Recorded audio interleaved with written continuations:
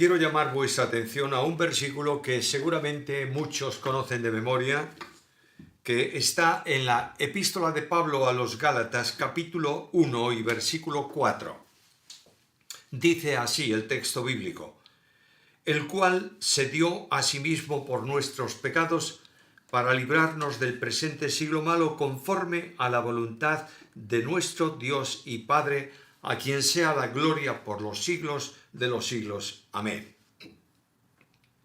La Epístola a los Gálatas es una interesante carta del Nuevo Testamento que es realmente el bosquejo reducido, y yo diría un poco más brusco, que la Epístola a los Romanos. El tema de la carta a los Gálatas es la justificación por la fe. El autor de la carta, todos sabéis, es el apóstol Pablo, y los destinatarios son las iglesias que había fundado en Galacia.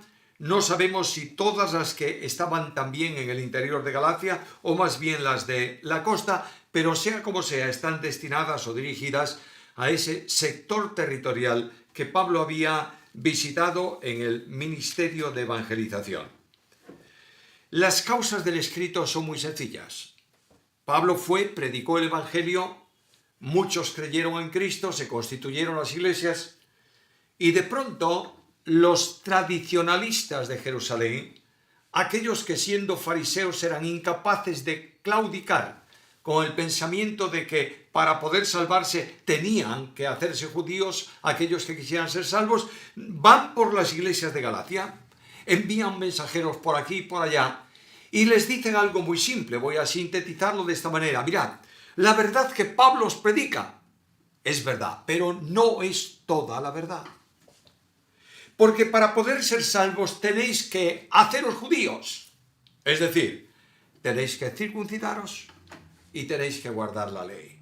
Y claro, esto entra en un conflicto tremendo, y el apóstol Pablo toma los instrumentos de escribir y él, de puño y letra suya, sin amanuense que lo haga, escribe toda esta epístola, como se puede apreciar al final de ella cuando dice: mirad con cuán grandes letras os he escrito de mi propia mano.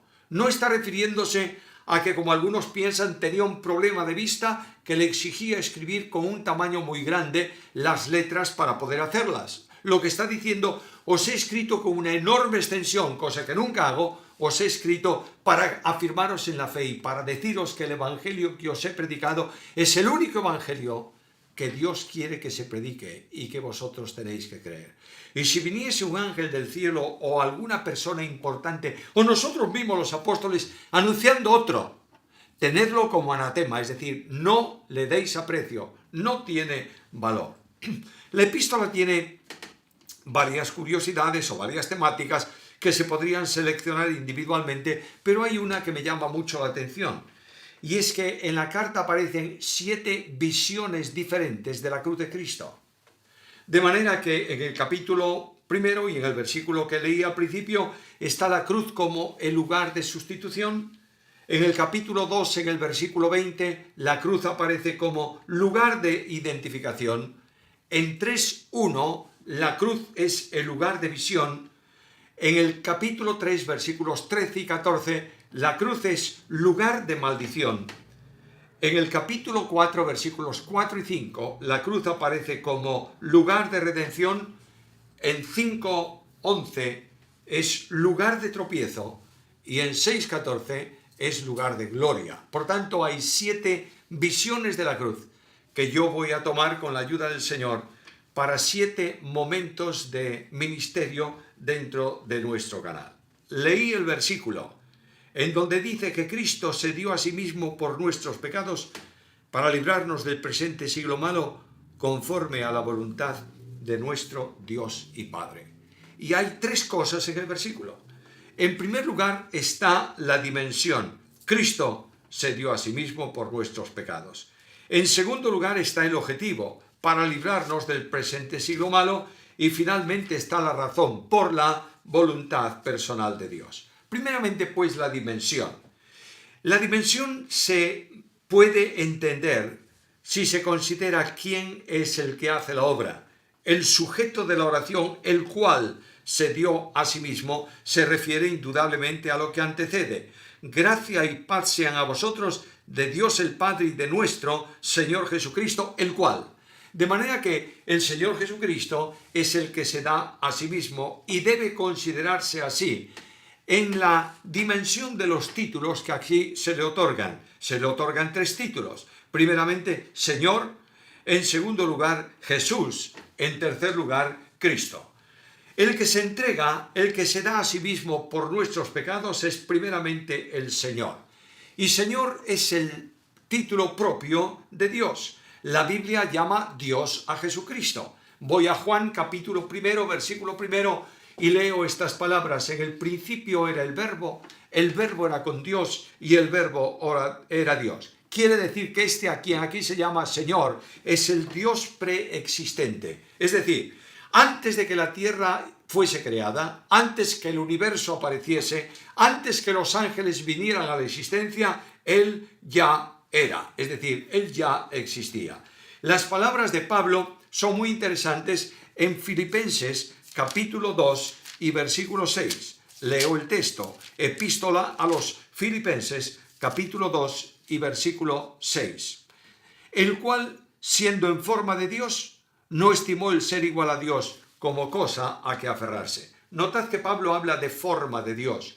Cuando en el texto griego aparece esa palabra, traducida como forma en el castellano, se puede usar solo cuando en el exterior se manifiesta la realidad íntima del interior. Yo puedo deciros que esto es un libro. ¿Es verdad? Sí. ¿Y está en forma de libro? Sí. ¿Por qué? Porque es un libro. Pero es una Biblia. Pero no todos los libros puedes decir que están en forma de Biblia, porque no son Biblia. De la misma manera, cuando se dice que Cristo existe eternamente en forma de Dios, está diciendo que existe así porque es Dios. Y que cuando aquel verbo se hizo carne y tomó forma de hombre, es porque se hizo realmente hombre.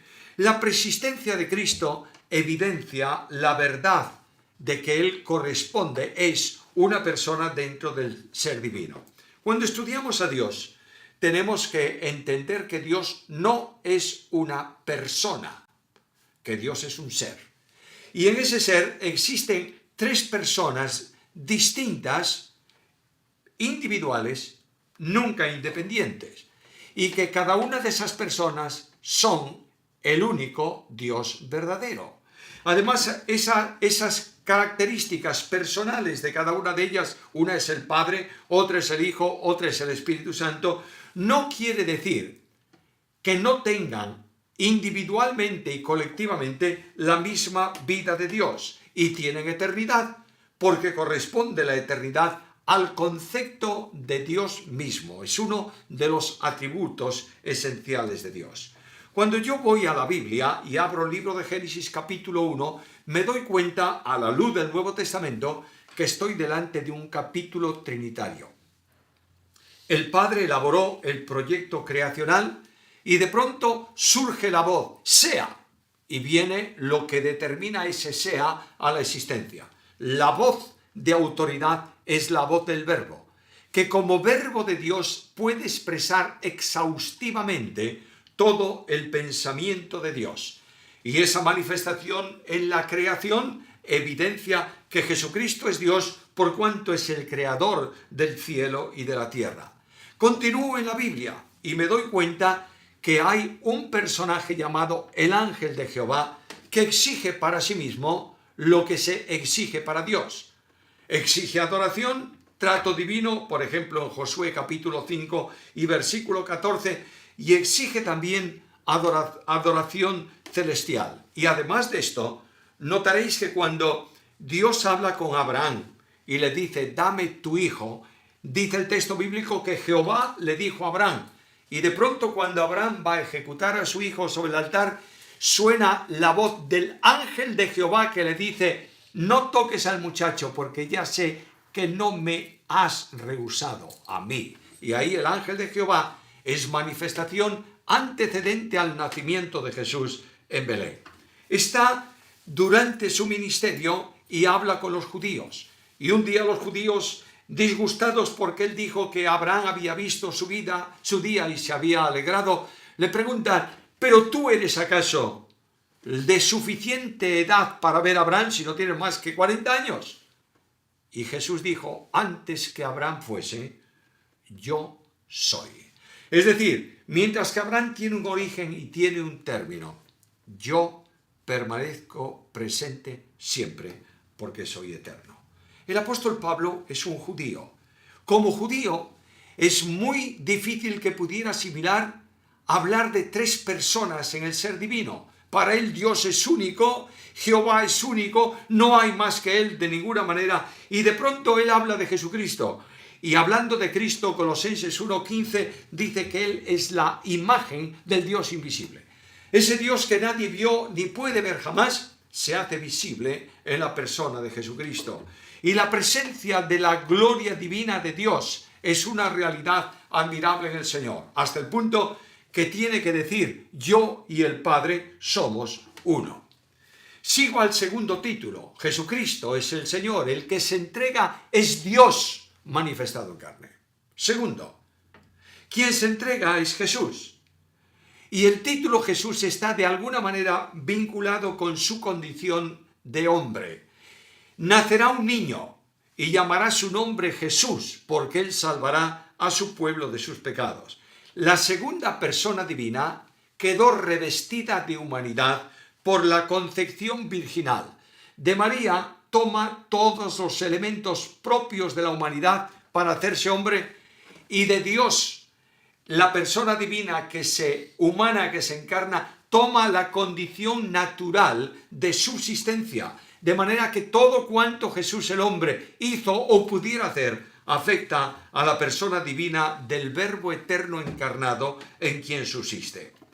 Ahora voy a Filipenses capítulo 2 y versículo 7 y me dice que aquel que existe en forma de Dios no estimó el ser igual a Dios como cosa que aferrarse, sino que se despojó a sí mismo tomando forma de siervo, hecho semejante a los hombres. Y es muy interesante notar que cuando se habla de Cristo como hombre, no se dice que Cristo es igual a los hombres, sino semejante a ellos. Hay dos elementos que distancian a Cristo de los hombres en el sentido de humanidad. El hombre no puede dejar de pecar, cae siempre de alguna forma en algún momento en el pecado. Cristo no puede pecar. El Señor Jesucristo es santísimo, el hombre es imperfecto. Y el Señor Jesucristo está vinculado a la deidad, no como un hombre que es colocado en Dios, sino como la humanidad expresiva de la segunda persona de la deidad. Ahora, cuando nosotros vemos a Jesucristo el Señor, que se entrega, dice Pablo, en propiciación para librarnos del poder del presente siglo malo, tengo que preguntarme, ¿realmente Cristo, que es Dios, es también hombre? Y me acerco al Señor a través de la Biblia y entiendo que Cristo tiene los elementos que son propios de toda humanidad. Cristo tiene un cuerpo humano, Cristo tiene alma humana, Cristo tiene espíritu humano. Y cuando este Cristo Jesús el Señor, que se hace hombre, pasa a un elemento de mayor limitación, de mayor reducción personal, y dice el texto bíblico que se humilló a sí mismo, tomando forma de siervo. Es decir, se hizo siervo. Aquel que no puede servir porque es Dios, se humilla a sí mismo descendiendo a esa condición. Y el apóstol me dice que se hizo pobre siendo rico. Ahora notad cómo lleva a cabo este proyecto. Se dio a sí mismo por nuestros pecados. Se dio a sí mismo significa que tiene un compromiso de entrega personal. Ahora, el compromiso de darse a sí mismo del Hijo de Dios es un compromiso trinitario. De manera que dice la Biblia que el Padre dio al Hijo. Y el Padre que da al Hijo le apropia cuerpo, dice el escritor a los Hebreos, y permite que este regalo de Dios, donación de Dios a los hombres, se haga realidad en Jesús. El Padre da al Hijo, pero el Hijo se entrega a sí mismo. Y en Juan capítulo 10, versículo 11, versículo 15, versículo 17, Cristo dice, yo pongo mi vida de mí mismo. Nadie me la quita. Yo tengo poder para ponerla y tengo poder para volverla a tomar. Ahora, nota como es siervo ahí. Este mandamiento he recibido de mi Padre. Y para esto vino Cristo. Cristo vino al mundo no para condenar al mundo, vino para salvar al mundo. Cristo vino para entregar su vida en precio por nuestros pecados. Y la expresión máxima de entrega la puedes llegar a alcanzar en la experiencia de Jesús en Getsemaní, cuando orando al Padre dice: no lo que yo quiero, sino lo que tú. No se haga mi voluntad, sino la tuya. El Espíritu interviene también en ese darse, haciendo posible el vehículo de la humanidad del Verbo encarnado. Ahora hay un compromiso en esto, nota el versículo. Cristo se dio a sí mismo por nuestros pecados. Y el compromiso es eterno, porque lo hace conforme a la voluntad de nuestro Dios y Padre. Quiero recordarte que el plan de redención se establece en la eternidad. No puedo dejar de predicar permanentemente este asunto y de afirmarlo con contundencia. Voy a un texto de la Biblia, segunda carta a Timoteo, capítulo 1, versículo 9. Quien nos salvó y llamó con llamamiento santo, no conforme a nuestras obras, sino según su propósito y la gracia que nos fue dada en Cristo antes de los tiempos de los siglos. La voluntad salvadora del ser divino establece el programa de la cruz. Escucha la Biblia. ¿Por qué comentarlo yo si tengo palabra inspirada de Dios? Carta primera de Pedro, capítulo 1, versículos 18 al 20. Sabiendo que habéis sido rescatados de vuestra vana manera de vivir, la cual recibisteis de vuestros padres, no con cosas corruptibles como oro o plata, sino con la sangre preciosa de Cristo, como de un cordero, sin mancha y sin contaminación, ya establecido desde antes de la fundación del mundo. Y ahora escucho el primer gran sermón del Evangelio, y el apóstol Pedro dice que fue entregado por conocimiento anticipado y determinada voluntad procedente de Dios. Dios hace regalo de su Hijo. Dios se dona a sí mismo en Cristo, y Cristo entrega su vida en propiciación por nuestros pecados. Y ahí tienes la obra sustitutoria, por nuestros pecados. La vida de Jesús fue entregada no solo a causa de nuestros pecados, sino que fue entregada para llevar nuestros pecados. Es decir, para recibir el santo la imputación del pecado mío, a fin de que con su muerte extingan mi responsabilidad penal. Y yo voy a Romanos capítulo 4, versículo 25, y tengo ahí las dos vertientes de la obra redentora. Cristo fue entregado por nuestras transgresiones y resucitado para nuestra justificación. El alcance de la entrega es impresionante. Fue obediente hasta la muerte y muerte de cruz. Mirad la cruz como lugar de sustitución en la cual Cristo se dio a sí mismo por nuestros pecados. ¿Cuál es el objetivo? Versículo a continuación de esta primera parte, versículo 4, para librarnos del presente siglo malo. La meta era la liberación. Y la importancia es muy grande aquí. El verbo aquí, rescatar, liberar, tiene la idea de recibir liberación en una situación de alto riesgo. En el Nuevo Testamento hay varios términos que hablan de libertad, pero todos ellos tienen una idea común, que es pagar un precio. De manera que se nos sitúa aquí a la vista en nuestra condición de esclavos del pecado. Y de pronto, para liberarnos hay que pagar el precio de nuestra redención. Y Cristo viene y nos libera haciéndose para sí mismo agente liberador, pagando el precio de mi rescate, que es morir por mí en la cruz. La acción liberadora se produce cuando yo creo en Cristo. Y en Juan capítulo 8 y versículo 36 leo esas palabras: si el Hijo os libertare, seréis verdaderamente libres. Déjame decir ese versículo de otra manera que permite perfectamente la traducción. Solo cuando el Hijo te liberte eres libre. De modo que la libertad no se obtiene por el hecho de que Cristo murió en la cruz y potencialmente puede salvar a cualquiera. Solamente se hace eficaz el precio de la redención cuando el pecador recibe a Cristo como su Salvador personal. Ahora, ¿por qué esta obra? ¿Por qué este sistema de liberación? ¿Por qué tiene que morir? Conforme a la voluntad de Dios. Y voy a Efesios capítulo 1, versículo 5, y el amor de Dios explosiona en la obra de redención, cuando dice que Dios nos ha salvado según el puro afecto de su voluntad. Dios no se deleita en la perdición de nadie. Dios se entusiasma en la salvación de los pecadores.